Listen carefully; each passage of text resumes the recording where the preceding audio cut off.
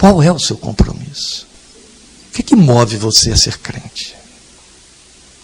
Há muitos anos eu aprendi, e continuo entendendo assim, que quando os crentes se ajuntam num lugar para cantar e adorar, é porque eles vão explodir a gratidão por aquilo que Deus fez eles serem. Perceberam o verbo que eu usei? Eles explodem de gratidão, chamada adoração, louvor, culto. Culto é cultuar, é elogiar. Louvar é elogiar. Gratidão por aquilo que Deus fez eles serem. Por causa daquilo que aconteceu comigo, eu te adoro. Entende? Então, jamais o espaço de ajuntamento e de adoração é o lugar ou a oportunidade de você receber alguma coisa. Você só devolve. Jesus deixou-se claro, gastou-se um discurso inteiro no Sermão do Monte, que ocupa um capítulo inteiro no livro de Mateus, e é o único lugar onde esse texto está explícito, onde Jesus ensinou. Vamos lembrar que o Sermão do Monte abre o ministério de ensino do Filho de Deus, de mestre. Ali ele diz para que veio, e quem são aqueles que querem andar comigo, quem devem ser. Ali o Filho de Deus gastou um capítulo inteiro, o capítulo 6 de Mateus, né, um discurso inteiro que ocupa o capítulo 6 de Mateus, onde ele foi dizer: o Pai sabe, o Pai sabe, o Pai sabe. Ele diz 3 vezes: o Pai sabe do que você necessita para comer, para vestir, para ir, para onde. Ele sabe, busca o primeiro reino, em primeiro lugar o reino. Ele vai acrescentando estas coisas. Não vai haver fardo, não vai haver peso, vai ser acréscimo. Você inverte o processo e acha que o que aconteceu foi que Deus sucumbiu às suas invocações, a sua sedução de oratória, as suas lágrimas, a sua súplica. Deus sucumbiu, e aí não teve outra alternativa, tomado de compaixão, te atendeu. Jesus mudou todo o processo. Ele disse: quando você está envolvido com o reino, o Pai, que sabe o que você de fato necessita, nem você sabe, Ele é quem sabe, Ele vai te acrescentando. Qual é o seu compromisso com a fé? Eu queria falar quero e vou falar sobre caminho de rupturas. Eu sei que eu tenho muito pouco tempo, então eu vou me ocupar mais em ler aqui a minha meditação, que vocês vão receber logo mais, do que em explaná-la, porque eu não tenho mais esse espaço. Mas eu vou exatamente em cima de um texto muito importante. Não são todas as palavras de Jesus que se repetem, não são todos os momentos de ensino de Jesus que se repetem nos 4 evangelhos. Quando isso acontece, é importante você ler as 4 vezes em que aparece e ficar atento a um fato. Foi tão significativo ao Espírito Santo que usou cada evangelista para registrar aquilo ali. Não é que as outras coisas não fossem tão significativas, é que essas são tão imprescindíveis que não podem ser evitadas. Em qualquer lugar que você for, você vai esbarrar. Se for em Mateus, acha. Se for em Marcos, acha. Se for em Lucas, acha. Se for em João, acha. Entende? Então isso é muito importante. É o texto que vamos ler, que está nos 4 evangelhos. Nós vamos ler, eu escolhi apenas Marcos. Marcos capítulo 8, versículos 34 a 38. E eu vou ler de forma bem pausada para você sentir o peso desta palavra do Filho de Deus, que entra no momento em que ele antecipa o anúncio da sua morte. Mas ele está no iníciozinho do seu ministério aqui. E o texto diz assim: então ele chamou a multidão e os discípulos e disse, 8,34 de Marcos, então ele chamou a multidão e os discípulos e disse: se alguém quiser acompanhar-me, na sua versão, vir após mim, negue-se a si mesmo, tome a sua cruz e siga-me. Na minha versão tem essa beleza aqui de troca de verbos. Se alguém quiser acompanhar-me, no final, siga-me. Está certo? Eu não sei como está exatamente nas outras versões, mas lembro bem que, especialmente em Mateus, o texto diz: se alguém quiser vir após mim. Não é? E aqui o meu texto coloca, o texto de Marcos coloca nesta versão o verbo acompanhar. Se alguém quiser acompanhar-me, negue-se a si mesmo, tome a sua cruz e siga-me. Eu vou ler até o 38. As minhas pontuações não têm nada a ver com o que eu vou dizer aqui no 34, mas eu preciso acrescentar isto aqui para você. O verbo acompanhar é um derivativo. Ou deriva do verbo acompanhar, mas eu creio que ele é que é o derivativo, o substantivo companhia. companhia, por sua vez, produz outro derivativo que é campanha. Então, acompanhar deriva ou tem como derivativo companhia. E etimologicamente, companhia tem a ver com comer o pão juntos. Entende? No português é que você sente isso. E, na verdade, esta é uma palavra inerentemente portuguesa. Ela é da nossa língua. Ela é latina e ela flui para a nossa língua. E na nossa língua, mesmo na nossa língua, mesmo com toda a diacronia, você consegue sentir o sentido etimológico da palavra. Com pão. Companhia. Entende? Companhia é comer o pão junto. Então, quem é o companheiro? É aquele que come o pão junto. Quem é que acompanha? Quem acompanha é o companheiro. Entendeu? É claro que essa é uma linguagem que foi adulterada de forma agressiva e chula na nossa política brasileira. Mas companheiro significa aquele que come o pão junto, que acompanha, que faz companhia. Quem faz companhia? Quem come pão junto. Quem come o pão junto é quem acompanha. O que é que Jesus está dizendo? Quem quiser comer o pão comigo, quem quiser ser meu companheiro, entende? É isso que você entende no verbo acompanhar, que a Nova Versão Internacional usou para traduzir essa expressão de Jesus aqui. Se alguém quiser acompanhar-me. A outra beleza está na locução verbal. Quando ele faz essa junção do verbo querer com o acompanhar, isso intensifica a beleza do significado. Se alguém quiser acompanhar-me, ele poderia ter dito assim: se alguém acompanhar-me, e aí ele estaria generalizando demais essa proposta. Entende? Se estiver comigo, está me acompanhando. Opa, alto lá é diferente. Tem que querer fazer isso. Sente? Percebe? Sente? Tem que querer para que aconteça. Se quiser acompanhar-me, não basta acompanhar. Eu tenho que querer acompanhar. Há um posicionamento volitivo. A minha vontade tem de ser determinante e tem de se expressar aí. Eu preciso querer acompanhar. Se alguém quiser acompanhar-me, negue-se a si mesmo, tome a sua cruz e siga-me. Então você percebe que aquilo que reduzimos o efeito crente em Jesus, nós reduzimos o seguir, ele está debaixo de uma complexidade muito maior do que se pensa. Eu sigo Jesus. É mesmo? Foi a última colocação que ele fez. O sigo Jesus é o redundante, é o efeito final, é o consequente. Eu sou seguidor de Jesus a partir do momento em que me tornei companheiro dele. E, para me tornar companheiro dele, eu tive de cumprir. Só posso seguir se eu me tornar companheiro. E eu só posso me tornar companheiro se eu cumprir as determinações que ele estabeleceu. Quais foram elas? Negue-se a si mesmo, tome a cruz. Pronto. Eu não preciso dizer mais nada. Eu poderia pregar só aqui no versículo 34, mas eu me propus, em cima deste texto, que eu vou continuar lendo até o 38, falar sobre um caminho de rupturas. A ruptura já começa sendo vista aí. Ele estabeleceu. Quais são as rupturas? Eu preciso me negar, então eu vou romper com quem? Primeiramente, comigo. Mas romper comigo, é muito fácil pensar nisso. Eu rompo comigo. Eu estou me negando, eu estou reprovando a mim mesmo, eu estou negando a minha vontade, eu estou negando o que eu sou, eu estou negando a minha autoimportância. Não, comigo, eu, e esse negócio que está aí, o ego, significa minha casa, minha família, tudo que representa eu, meu nome, meu trabalho, meus sonhos, o universo no qual o meu ego existe. Ninguém é um ser isolado, ninguém é um eremita.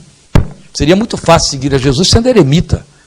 Não tem consequências, não comprometo ninguém, não complico ninguém. Não! Você está comprometido demais. Você tem marido, filho, esposa, você tem sogra, você tem tio, tem irmão, você tem uma multidão de gente, você tem patrão, você tem empregado, você tem uma sociedade eleita efetivamente, historicamente, compondo esse seu ego. Isso quem você é. Negue-se a si mesmo. Quando você se nega, você faz ruptura, não só com você. Você faz ruptura com você e com as esferas, entende? Os raios que emergem a partir de você. Então não pense, não caia na pretensão estúpida de achar que se negar significa manter as coisas como estão aqui à minha volta e é um processo íntimo, particular, aqui dentro, invisível, ninguém vai perceber nada. Isso não existe. Se você faz ruptura com você, meu mundo caiu. Pode cantar a música de Maísa, que é verdade. Tudo à volta desaba junto. Entende? Então podemos continuar. Ele compromete. Tem que ser meu companheiro.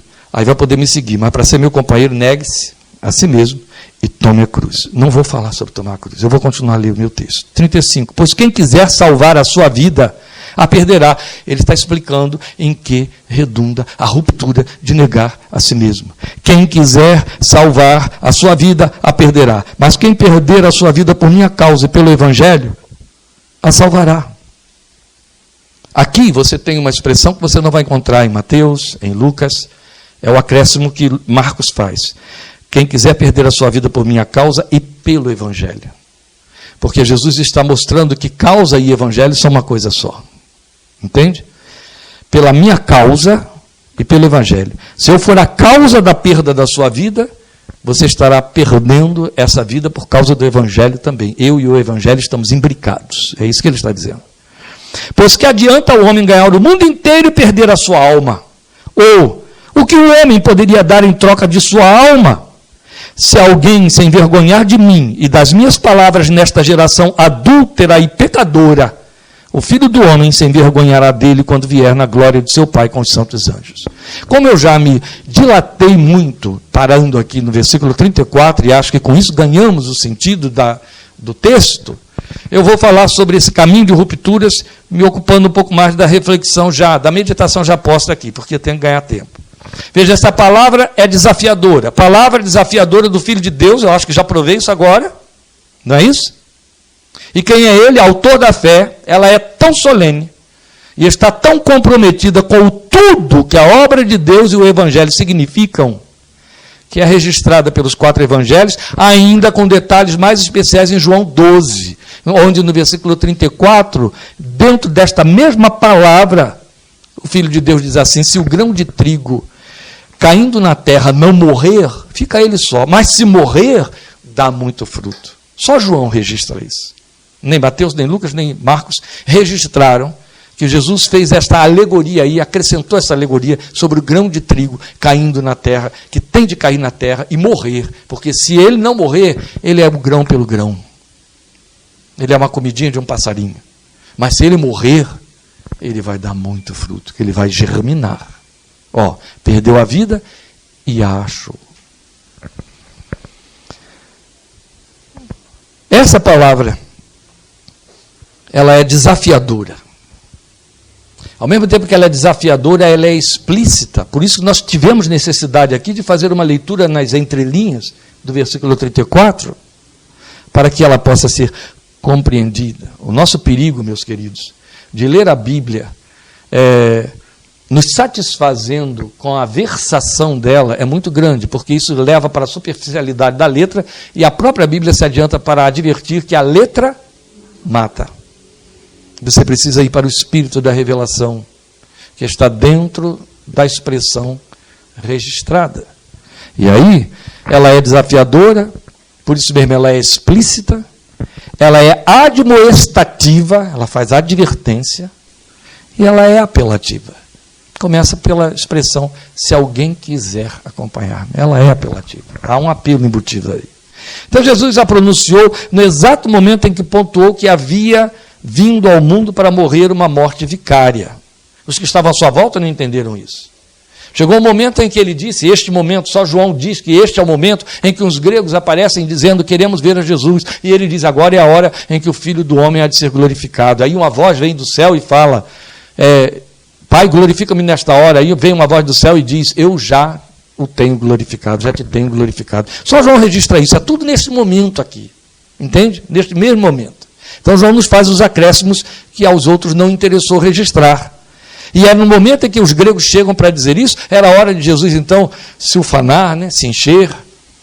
Mas aí ele pega e diz, mas o grão de trigo tem que cair na terra e morrer para que possa dar muito fruto. Então ele está falando da morte vicária dele, e os outros não aceitaram isso, começaram a se incomodar. Pedro se levanta: Senhor, de maneira nenhuma isso vai te acontecer. Para trás de mim, Satanás, você só entende das coisas dos homens e não de Deus. Deve ter sido um susto, né? Deve ter doído fundo no peito de Pedro. Uma palavra de repreensão tão dura, em que Jesus se dirige a quem inspirou Pedro naquele momento. Você tem um outro texto, e esse texto é Mateus, que vai dizer para nós que minutos antes, Jesus declara que Pedro estava sendo inspirado pelo Espírito Santo ao dizer: Tu és o Cristo, o Filho do Deus vivo. Olha como é que Pedro salta de um lado para o outro num instante só. Por isso que Pedro não é a pedra da minha confissão. Ele é instável demais, e Paulo já disse que ele é repreensível. Então ele não serve para ser o fundamento da minha confissão, entende? Ele não é a pedra fundamental da minha igreja cristã. Jesus é.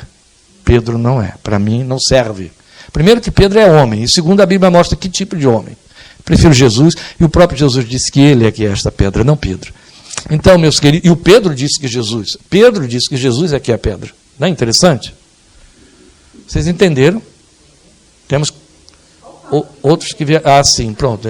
Ainda bem que não saiu na gravação, mas vocês podem falar. Era isso que eu queria dizer. Você entendeu? Então vamos voltar aqui. Prestem atenção nesse detalhe. O Filho de Deus afirmou que o Evangelho é um caminho de rupturas.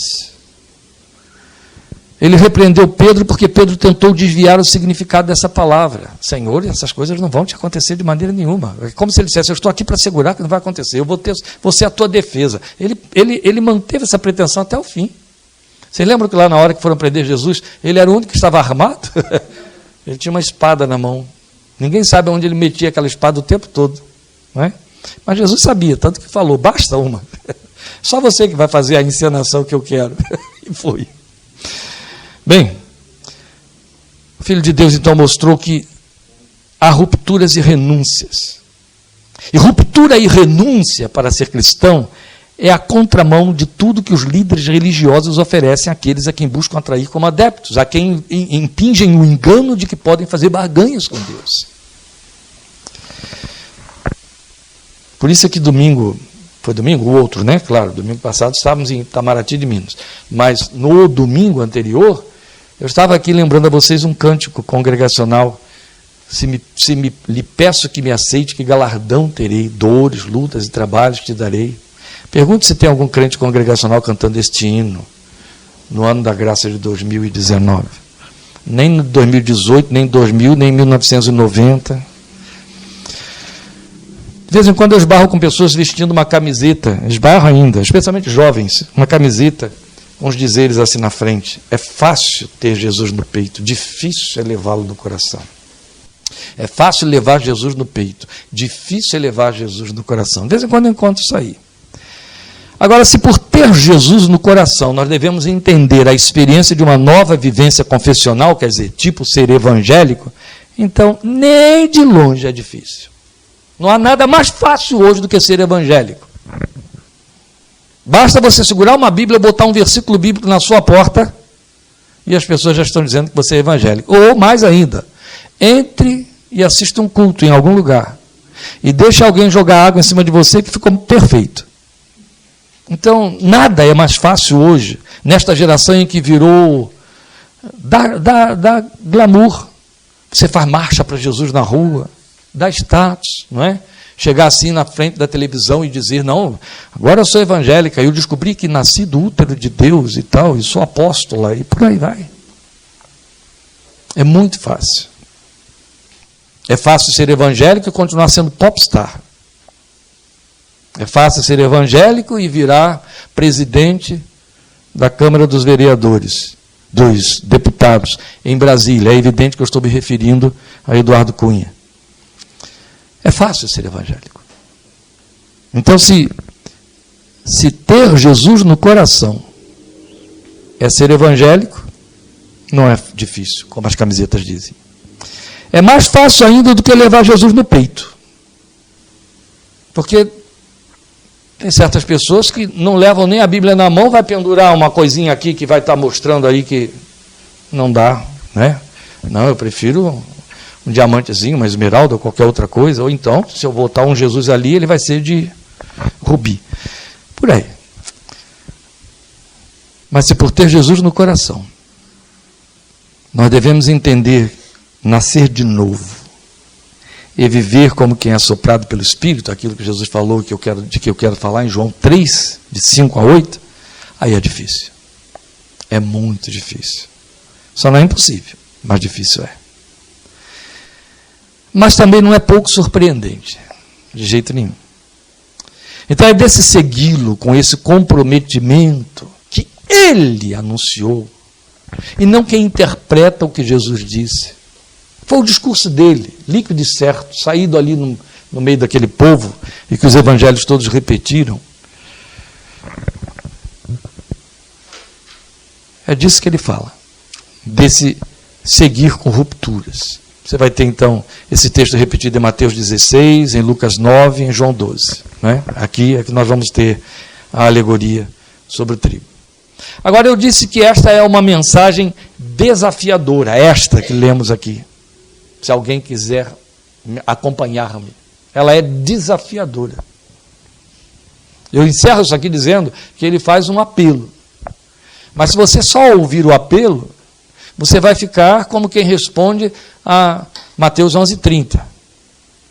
Venham a mim, todos os que estão cansados e sobrecarregados, e eu aliviarei vocês. Está entendendo? É muito fácil pregar Mateus 11:30. É muito fácil. Não precisa sequer conhecer Bíblia. Evangelizar com Mateus 11:30, oh, delícia das delícias. Venham a mim, todos vocês que estão cansados e sobrecarregados, e eu aliviarei. Mas não vá para o seguinte, que aí já começa a pegar. Tome sobre vocês o meu jugo. Aí já perdeu a graça. Que a primeira coisa que você tem que perguntar, mas o que significa isso? Tomar o jugo, carregar o fardo. Se eu estava sobrecarregado, vou carregar um fardo. Ah, mas ele disse que o fardo é leve, mas eu não quero mais nenhum. Entende? Essas interlocuções, elas existem aqui na cabeça dos pretensos seguidores de Jesus desta geração, gente. Superlotando nossas naves. É fácil ser evangélico. O máximo que pode lhe acontecer por ser evangélico é de vez em quando você perder uma tarde de domingo, ou uma noite de domingo, indo a um culto. É muito fácil ser evangélico. É o máximo que você vai perder. A não ser que você erre muito de porta e entre naquelas igrejas onde o sujeito respira e puxa as moedas que estão no seu bolso. Vem aqui e dê. Aí você perde um pouquinho mais, você perde um pouco mais de dinheiro também. Mas fora isso, é muito fácil. É tão fácil que tem gente que entra em alguns lugares, senta e ouve umas coisas chatas, ele consegue ouvir aquilo. Depois ele sai dali e vai se compensar, é claro. A mensagem é desafiadora. Porque o Filho de Deus deixou claro que segui-lo implica em renúncia, implica numa mortificação. Eu queria frisar essa frase. Jesus deixou claro que segui-lo implica numa mortificação. A palavra cruz não entrou aqui como uma alegoria de enfeite e retórica, entende? Não. Jesus não estava escrevendo um romance de ficção quando ele disse: se quer me acompanhar, negue-se, tome a cruz. Na mente de quem ouviu aquilo, debaixo do domínio de um governo que eles odiavam, e que os massacrava, e que fazia deles escravos e cães, comendo o que eles produziam, tirando a vida de seus filhos, e que inventou a morte pela cruz. Os judeus adoravam crucificar. Os imperadores romanos, o que mais faziam era crucificar. Para poder impor terror, eles criaram o pior método de morte que existe, porque, se você perceber na história, todos os processos ditatoriais que redundam em está em desacordo comigo, eu te prendo, e se insiste, eu te mato, a morte é um enforcamento, uma guilhotina ou um tiro, não é assim? A morte é uma morte. O Império Romano não, eu vou te torturar até que você não aguente mais e morra. A cruz era uma tortura agonizante, um vexame terrível, e cheia de leis por detrás. E mais, era pior do que carregar a memória de ter uma mãe suicida, de um pai suicida. Eu tenho um crucificado na família. Houve um tribunal que declarou que ele é o lixo dos lixos dos seres humanos. Que aquilo que eu jamais permitiria que o meu cãozinho sofresse, eu faço ele experimentar. E Jesus usa justamente essa palavra. Se alguém quiser vir após mim, pegue o patíbulo romano. É lá que você vai parar. Se fosse na época da tomada da Bastilha, na França, Jesus teria dito assim, e não ia representar a mesma coisa, mas o significado final seria: se alguém quiser vir após mim, saiba que no fim você vai perder a cabeça na guilhotina na Praça da Bastilha. Que proposta é essa? Que coisa terrível, dita por autor da fé, alguém que está inaugurando a chegada da voz do reino de Deus. Mas foi o que ele fez, gente. Ah, mas ninguém mais vai ser crucificado, não é? Deixa eu ir para a igreja e sentar lá e achar que estou seguindo Jesus. Jamais eu vou ser pendurado numa cruz. Eu quero dizer a você que é uma cruz muito pior do que a dos romanos para quem segue Jesus. Foi Paulo que mostrou que quem segue a Jesus passa por um tipo de crucificação que é incomparavelmente pior do que aquilo que motiva algumas pessoas a optarem pelo suicídio. Filma aí, por favor, Davi.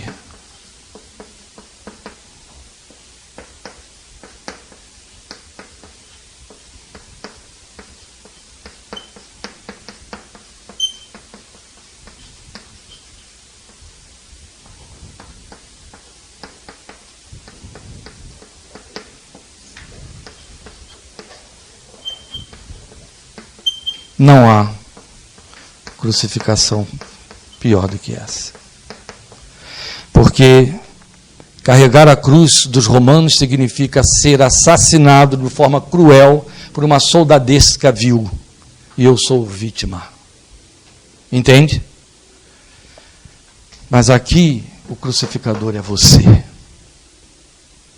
Aqui a soldadesca é você. Os que são de Cristo crucificaram a carne com suas paixões. Não sou eu que vivo, mas Cristo vive em mim. Mas isso aí é gostoso de dizer, Regina. Desculpe, é muito gostoso de dizer. Sim, mas eu quero dizer o seguinte, é muito gostoso dizer. Todo mundo está dizendo isso por aí. Não sou eu que vivo, Cristo vive em mim. Se for fruto disso que está aqui, amém, porque é verdadeiro. Do contrário, continua sendo retórica. Os que são de Cristo crucificaram a carne com a sua paixão. Foi isso que ele te disse que vai acontecer. Então, deixa eu lhe dizer uma coisa. A proposta mais difícil dada ao ser humano é a mais nobre. É ser cristão.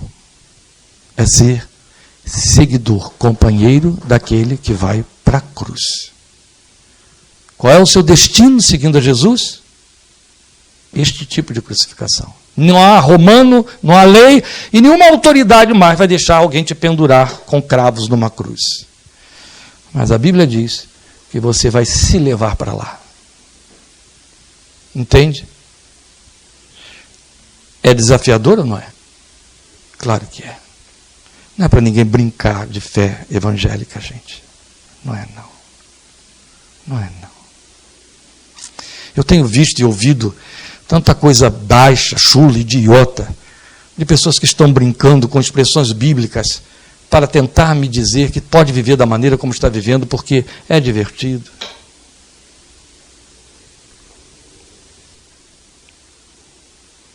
Eu faço como faço, porque a Bíblia diz que se a minha consciência me condenar, Deus é maior do que a minha consciência. Eu bebo como bebo, porque Jesus disse, o quanto anseio beber de novo do fruto da vide no reino do meu Pai.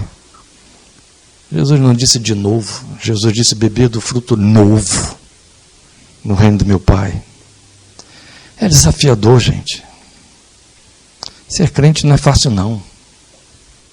Entende? Ser evangélico é muito fácil, mas ser cristão evangélico, crente em Cristo Jesus, é um tremendo desafio. Especialmente nesta geração, onde os valores estão comprometidos com a imundície. O bonito é ser sujo, é ser atravessado, é estar no avesso. É isso que dá popularidade, que dá brilho, que te leva para centro de televisão, de focos, de ser a imagem, de estar debaixo dos holofotes, das câmeras. Quanto mais sujo, melhor. Então, na verdade, não é uma proposta de vida com brilhos, mas renunciar implica em perder crédito, por isso é desafiador, e posições diante dos que nos querem marchando segundo o compasso deste mundo, em suas ordens e pensamentos acerca da moral e do glamour. Também segundo seus próprios critérios e vontades. Seguir Jesus é romper com tudo isso, é ir na contramão mesmo. Sem ter presunção, sem ser presunçoso, nem com esnobismo, sem ser um perfeccionista pietista, porque isso tudo é falso, mas vendo esta geração como ele a viu. Como foi que ele a viu? Submersa em pecado. Entende? Por isso que não deu para aceitar aquela fala daquele link. Porque aquela é uma visão capciosa. Todo mundo é pecador, mas se tem um coração misericordioso, é de acordo com o Evangelho, é dele, Deus está nele, mesmo que ele seja teu. Não dá para engolir isso. Não dá. Nem você conseguiu, né? De jeito nenhum. Não dá para engolir. Entende? Você não precisa estar vivendo um evangelho de renúncia. Você não precisa estar dizendo não às suas paixões, aos desvios e etc. Mesmo que haja uma ciência correndo por detrás para dizer isso vai te fazer parar mal, vai acabar mal. Essa sua perversão de libido vai acabar mal. É uma ciência materialista, ateísta, assinado pelo homem que dizia sou ateu de fato, embora tendo sido criado como judeu. Este homem diz, essa sua libido pervertida vai te fazer acabar mal. Vem para cá para eu curar você. Foi isso que a psicanálise ortodoxa ensinou e continua ensinando. Isso é uma ciência que tem a assinatura deste século, consegue pregar essa moral, cuidado evangélico, porque Jesus disse, se a sua justiça não exceder dos fariseus, de maneira nenhuma você entrará no reino dos céus. Cuidado, meu irmão evangélico. Se a sua justiça não exceder a dos fariseus deste século, você está frito sem banha. E só vai descobrir isso depois que eu fizer o seu funeral. E aí, posso lhe afirmar com autoridade bíblica, é tarde. Então, sem perfeccionismo pietista, é preciso ver esta geração. Isso significa ver meu filho, meus filhos, meu tio, minha mãe, meus irmãos, meus primos, meus sobrinhos, que estão perdidos, como sendo uma geração submersa em pecado. Foi o que o Filho de Deus disse neste seu discurso desafiador. Se alguém se envergonhar de mim, das minhas palavras, nesta geração adúltera e pecadora, Jesus não disse, esta geração onde algumas pessoas adulteram e algumas outras são pecadoras. Jesus disse, esta geração é adúltera e é pecadora. Ele havia desse jeito. A mesma geração que ele disse, tenho aqui algumas ovelhas que não são deste aprisco. Veja os homens como ovelhas sem pastor. Esses homens, como ovelhas sem pastor, eram os adúlteros e pecadores a que ele se refere. Essa linguagem, geração pecadora, era muito própria do judeu legalista, o judeu com a sua religião mosaica, a religião da lei do Sinai. Eles são pecadores porque não são judeus, e eu, porque sou judeu, sou santo, sou justo, sou de Deus. O resto, os gentios, são pecadores. Não é esta linguagem que está na boca de Jesus. Porque aqui, por geração pecadora e adúltera, Jesus está incluindo os adoradores, ou os cumpridores da lei, os observadores dos ensinos de Moisés, os judeus também. Então, na verdade, ele tinha uma visão real do fato. É uma geração pecadora, é uma geração que anda na contramão da vontade de Deus, é uma geração cuja mente se volta contra Deus, é uma geração que tem o prazer de descumprir o plano de Deus, é uma geração que não quer compromisso com a vontade e a moral de Deus. Esta é uma geração adúltera e pecadora. Por isso é desafiador romper com tudo isso. E ainda não ser presunçoso de dizer, eles são pecadores e eu sou santo. Não, eu sou o pecador que se arrependeu e que está perdoado, mas que continuo sendo pecador. Então isso decorre de uma visão realista da vida pecaminosa, entendeu? Sem encobrimento. Não, é pecador, mas é meu filho, então a graça vai cobrir, porque eu oro por ele, porque é pecador. E enquanto não nascer de novo, é filho de Adão, e ao filho de Adão foi determinado morrer para sempre. Entende? Não vamos brincar com essas coisas. Mas eu disse também que ela é uma mensagem explícita, ela não esconde nada, claro. Pelo menos eu estou procurando me esforçar aqui para tirar os véus do que está por detrás da declaração de Jesus. Porque o Filho de Deus deixa claro que é uma caminhada solitária. Ele não enganou ninguém, ele deixou tudo às claras. Para poder produzir frutos que sejam abundantes, é uma caminhada solitária. Eu não posso ser companheiro de Jesus, uma outra palavra de verdade naquele contexto. Eu não posso ser crente e viver em busca de riqueza. Ou eu sirvo a Cristo ou eu sirvo a Mamon, riqueza. Foi o que Jesus falou.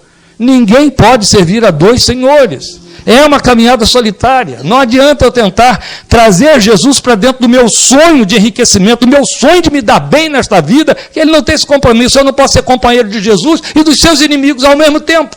Eu não posso andar acompanhando Jesus, porque ele disse a seguir, Jesus anda numa linha que é contrária de todos os outros, entende? Quem não o segue está andando na contramão. Como é que eu posso andar para lá e andar ao mesmo tempo com o outro? Ele está indo aqui e o outro vem. Não dá. Ou eu decido qual companheiro eu quero. Se eu estou acompanhando Jesus, é evidente que eu vou andar na mão contrária de todos os meus amigos e parentes, e patrões, e sócios. Vou andar na contramão dos astros da televisão, dos nobres nomes que estão fazendo a cabeça do povo através da mídia. Vou andar na contramão de todos eles. Mas se eu estiver andando na caminhada que eles estão andando, não adianta eu vir tentar me convencer de que eles estão sendo bonzinhos e aprovados por Deus. Eu estou andando com eles. Eles são meus companheiros. E eu deixei de ser companheiro de Jesus. Entende? A Bíblia é clara quando ela diz isso. As más companhias, corrompem os bons costumes. Meu Deus, como isso é verdadeiro. Como eu vejo isso ser verdadeiro na vida de crente.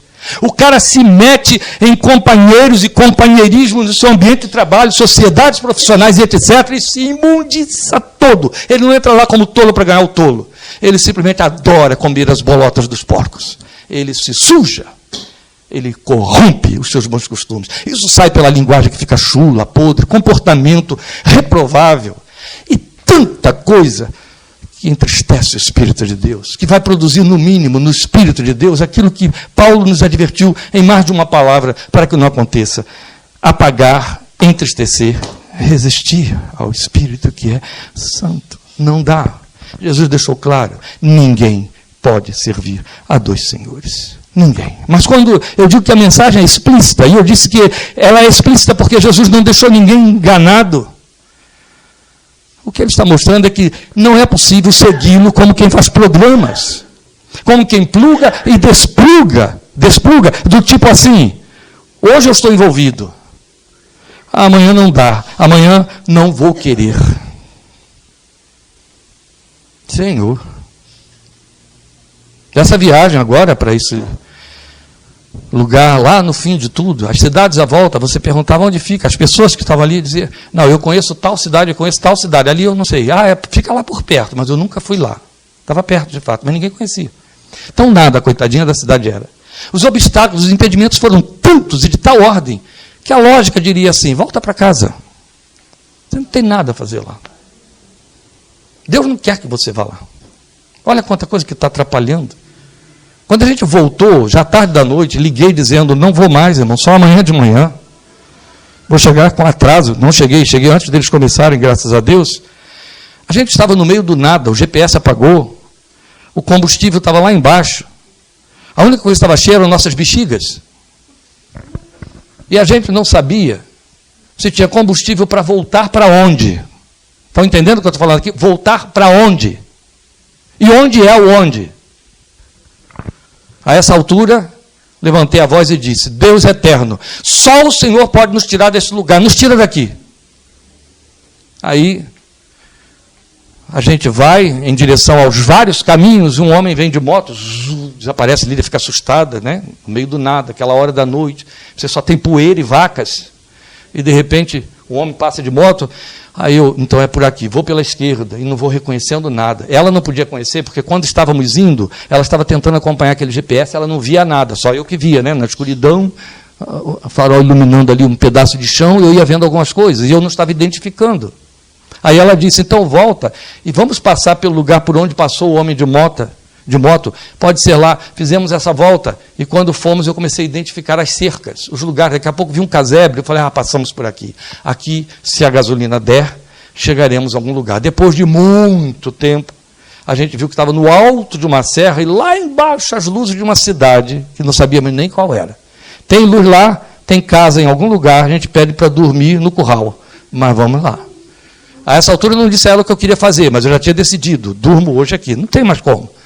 Entramos, a cidade estava lá, depois de...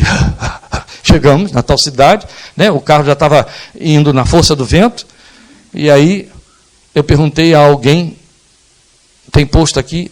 Há 10 quilômetros tem um posto dentro da cidade, ainda tinha mais 10 quilômetros. Aí atravessamos, aí já era asfalto, 10 quilômetros, achamos o posto. A primeira pergunta foi, tem banheiro? O homem deu a chave, ele usou o banheiro, eu fui lá usar também, aí eu disse para ele, enche o tanque. Era o único posto. Aí eu já tinha decidido. Peguei o telefone e disse para o pastor, vamos ficar por aqui. Aí perguntei, todo contentinho, sabe onde tem um hotel aqui? Tem um, ali do outro lado da rua. Tem um outrozinho aqui, mas não pergunte por ele não. Mas tem um outro lá do outro lado, onde recebe gente famosa. Eu falei, Jesus, eu não sou famoso, mas se gente famosa entra lá, essa gente é cheia de chilique, né? Fomos lá no hotel da gente famosa. Quando nós entramos, tinha um homenzinho lá, assim, cheio de sono. Aí eu disse, o senhor pode nos socorrer? Precisamos parar esta noite, pelo amor de Deus, para continuar amanhã de manhã. Tem vaga não. Tem um casamento na cidade, está tudo ocupado. Meu amigo, eu preciso dormir, eu tenho uma palestra a dar amanhã, às 9 da manhã, em Itamaraty de Minas. O senhor vai sair 9 da manhã? Então eu consigo botar o senhor no quarto hoje. Mas desde que o senhor saia às 9. Não, eu vou sair às 6 da manhã mesmo. Então a gente dá um jeito. Aí nos levou para o quarto que aleijou a coluna da Lília, porque a cama era aquela que você se mexe assim, ela afunda, aí ela volta, traz de volta. Mas glória a Deus, dormimos, entendeu? Amanhecemos, o carro com o tanque cheio, vermelho, ele era cinza, mas ele estava vermelho. Aí voltamos no posto, nem sei porquê, aí o homem lavou o carro todinho, fomos embora. Aí descobrimos que era tão fácil o caminho, tão bonito, tão maravilhoso, todo cheio de asfalto. Ainda chegamos tão mais cedo, eles todos diziam, 2 horas daqui lá, a gente fez 1h10, sem correr. Então era para ter dito, né? Deus não quer, vamos parar por aqui. Tá? Não. Seguir a Jesus é cheio de percalços, né? Cheio de cor-de-rosa, tudo dá certo, tudo fica bonitinho. Não tem isso não, tem isso não. A carne vai para a cruz o tempo todo. Aqui, tolerância, paciência, perseverança, tudo é posto em teste. Tudo que a sua carne quer fazer manifestar, você vai dizendo para ela, morre desgraçada, vai para a cruz. Entende? E aí você chega lá. E eu estou falando de uma coisa muito simplória, tá bom? Estou falando de uma coisa muito tranquilinha, muito facinha. Estou falando de complicador, de desafio nenhum, não. Não é assim.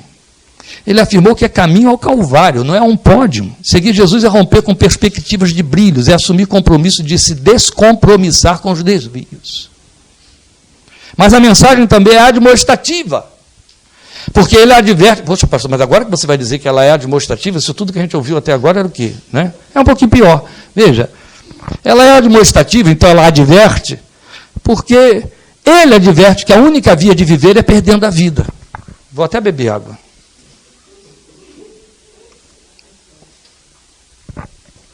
Foi ele que disse. Os 4 evangelhos repetem. Então era muito importante de ouvir, certo? Ele queria muito que a igreja ouvisse. Então não é um texto que está isolado em Mateus, o que não justifica, não significa que é menos importante. Não, continua sendo palavra de Deus e poderosa. Mas é tão significativa que os 4 evangelhos repetem. Quem perder a sua vida por amor de mim do evangelho vai achá-la, mas quem quiser ganhar a sua vida vai... Vamos repetir em voz alta, uníssono. Vamos fazer como aqueles pentecostais de excesso. Vamos lá. Quem quiser salvar a sua vida, perdê-la. Este é o verbo. Vai perder, meu querido. E pior, vai perder no sentido que você dá à vida. O que a vida é para você? Se dá bem? Vai se dar bem pra caramba. Vai perder mesmo, pode ter certeza. Agora, ele não está falando de morte biológica. Se fosse, era fácil, né? Especialmente para quem está na situação de desespero que a gente ouviu. Não. Ele está falando de morte de planos, de sonhos, que podem implicar nos negócios desta vida, com os quais não se pode embaraçar aquele que quer militar legitimamente. É dessa morte que ele está falando. Entende? É a morte que tem muito a ver com o volitivo, é aquela que leva para o Calvário. Então, na verdade, isso calca mais fundo o conceito de renúncia, porque nos desinstala do nosso conforto. Você imagina, as pessoas estão correndo para a igreja para tornar a vida mais confortável através da fé. Pode até conseguir, gente, mas que não está no Evangelho de Jesus, não. Está numa igreja que tem o nome dele, mas está fora do Evangelho dele. Isso é absolutamente certo. Não é companheiro dele mesmo, é companheiro do pastor, do apóstolo, do líder que está lá facilitando as coisas. Pare de sofrer e vem para cá. Então pode ser medido em ações práticas. O que é perder a vida? Eu estou falando de ações práticas, socorristas, filantrópicas, missiológicas, devocionais. Entende? Aquilo com que ninguém está querendo se comprometer. Que exige tempo, exige dinheiro, exige talento, exige recurso, exige preparo. Ainda hoje a gente estava vindo para cá, lembrando da Patrícia. Meu Deus, como custou para aquela moça todo um preparo? Ela fez biologia, não foi biomedicina. Ela fez biomedicina.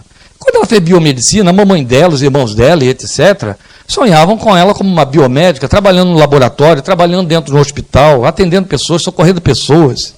Ela se esmerou, se empenhou em termos de pedagogia, se aprimorou para ir oferecer esses talentos lá no meio da malária, no meio das infecções, no meio de crianças de nariz e pessoas com corpo purulento, lá no meio do calor do inferno, lá no meio dos mosquitinhos, como dizia a Elisa do Tiago, o nome do mosquito é Pium. A gente tem hora que quer mudar o nome dele para Piu-Mil, porque não pode ser Pium, é Pi-Mil, de tantos. Foi lá que ela ficou jogando o grande talento dela. Tanto tempo. Olha, e lá, para ir ao Puríssimo, podia ir de bicicleta, de táxi, de carro, não é assim? De ônibus, a pé. Agora, para ir lá, fazer o que ela tinha de fazer, horas, às vezes dias, subindo numa canoa, rio acima. Uma mulher, olha, gente, vamos ser práticos, eu sei que isso é desagradável, ainda mais que eu citei nome de pessoas, mas olha, já é ruim para um homem. Mas o homem não menstrua, não é? Não é verdade? Homem não, especialmente alguns homens assim, com estilo cachorro, não precisam de banheiro para se aliviar, não é? Estamos falando de uma moça muito bem formada. Então eu estou dando a vocês um exemplo do que é perder a vida. Tanto vale dizer que ele não disse que é morte biológica, e aí você pensa, né? Então, o que eu vou perder? Quanto ganhar, ele não está falando de vida eterna apenas. Ele está falando de perda de situações e posições aqui, e ele está falando de ganho de situações e posições aqui. Não estou falando de dinheiro, que isso não é o Evangelho de Jesus. Estou falando de honra. Então a advertência se acentua quando o Senhor delineia que, de igual forma, fazer esta caminhada com a pretensão de ganhar, barganhar, redunda em morte. Entende? É perda de tempo na história. Tem coisa melhor para fazer. Pode ter certeza. Aí vem morte de sabedoria, da dignidade, da sensatez também. Seguir Jesus implica nessa ruptura. Ruptura com sonhos, foi o que eu disse aqui. Com a expectativa da família. O vento sopra onde quer. Meu Deus, eu já vi pessoas que o vento soprou e ele voltou contra o vento. Não quis fazer isso. Com tudo ali, ó, apoiando, todo respaldo, todo reforço. Ai, ai, ai, ai, ai, ai, ai, ai, ai. Deixa eu voltar, e voltou. Por fim, eu percebo nessa palavra das rupturas o tom apelativo. Ele está aí. É uma mensagem apelativa porque vai conter grande dose de convite quando ele diz: se alguém quiser acompanhar-me. Ele está abrindo a porta. Abre espaço, faz uma oferta. É isso que temos aqui.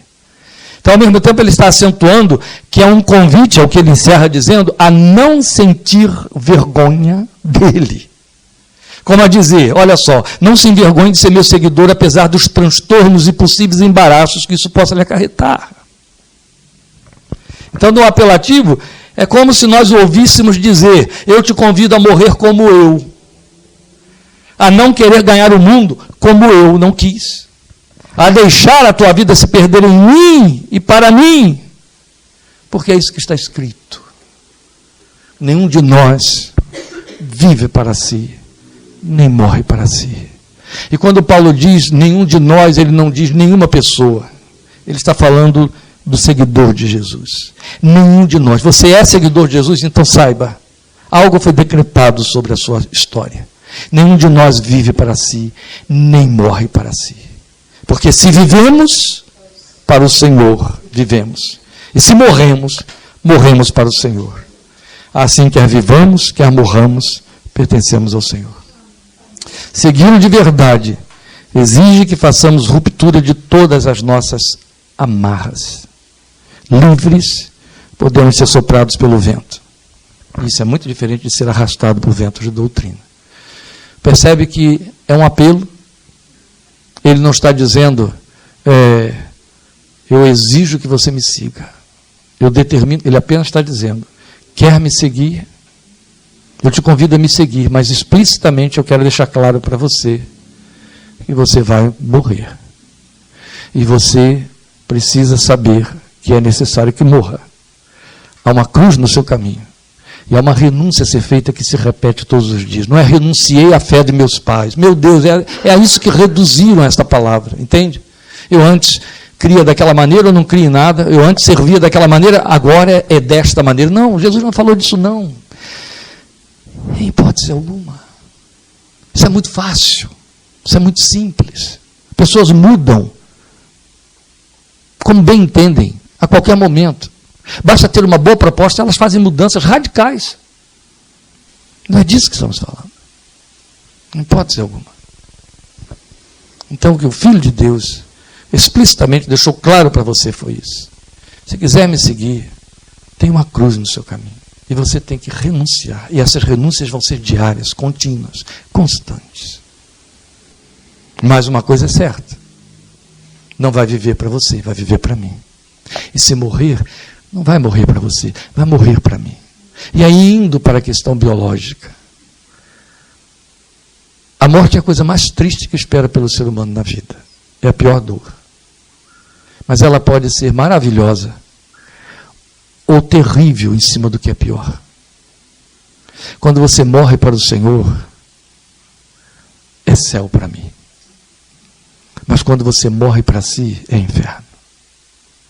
Nada há de mais triste do que ver um ser humano morrer sem Deus. E nada se compara a um cristão tendo morte biológica, ainda que a causa não seja o Evangelho. Mas morreu sendo do Senhor. Ele não precisa passar nenhuma mensagem. Ó Filho de Deus, fazer escolhas quando tua proposta quer ser meu companheiro, é muito atrevimento, é muita pretensão. Desde quando o ser humano é digno de ouvir o céu se inclinar e dizer, quer me acompanhar? Desde quando nós temos o direito de sermos convidados a fazer de ti o companheiro da nossa vida? Mas é só o que tu queres. Foi tudo o que tu propuseste. O auge da tua agonia no Getsemane. Tu chegaste aos 3 diletos, os que te acompanhavam mais de perto, Pedro, Tiago e João. E os encontraste dormindo, pesados de tristeza, e disseram, mas vocês não podem vigiar nem por uma hora. Não podem me acompanhar nesse meu momento final nem por uma hora. Porque eu creio e eu sei. E quando tu dizes, Emanuel, ser meu companheiro, ao mesmo tempo tu estás dizendo, eu quero a tua companhia.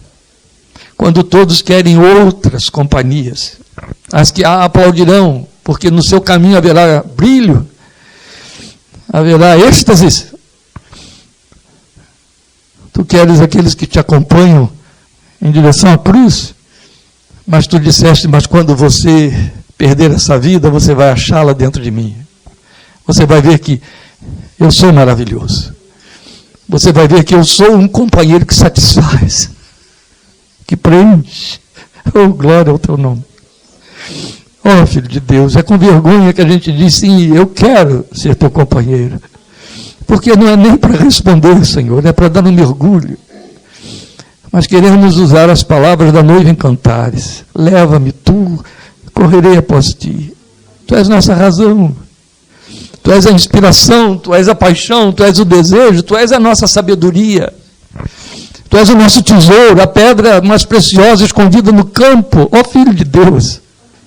Tu és o pastor da ovelha desgarrada, tu és o pai que fica em casa, vestes na mão, anel e sandálias para os pés. Tu és a mulher que vasculha e procura até achar aquele que perdeu-se do companheirismo. E há tantos, e são tantos os que estão querendo salvar a sua vida, depois de tê-las perdido para ti. Tem misericórdia dessas vidas, Senhor. Tem misericórdia daqueles que não têm interesse em ouvir a tua voz dizendo, me acompanhe. Obrigado porque não nos enganaste, mas queremos te dizer esta tarde, Senhor, que a tua oferta nos é atraente. É cruz, eu sei. É morrer, eu sei, tu disseste isto. Mas é morrer em ti e para ti, porque significa viver em ti e contigo. Glória ao teu nome. Nada pode se comparar a isso. Meu Salvador, temos feito uma caminhada já de algumas dezenas de anos te acompanhando. Houve tantos percalços, tantas frustrações, mas houve tanta glória, houve tanta surpresa para a fé. Começa tudo de novo, se for necessário. Faz tudo de novo. Se o resultado disso for mais companheirismo, que é só o que queremos. Ouve, Filho de Deus, Emmanuel bendito, nosso companheiro eternamente. Por amor de teu nome, para a tua glória. Aleluia. Amém.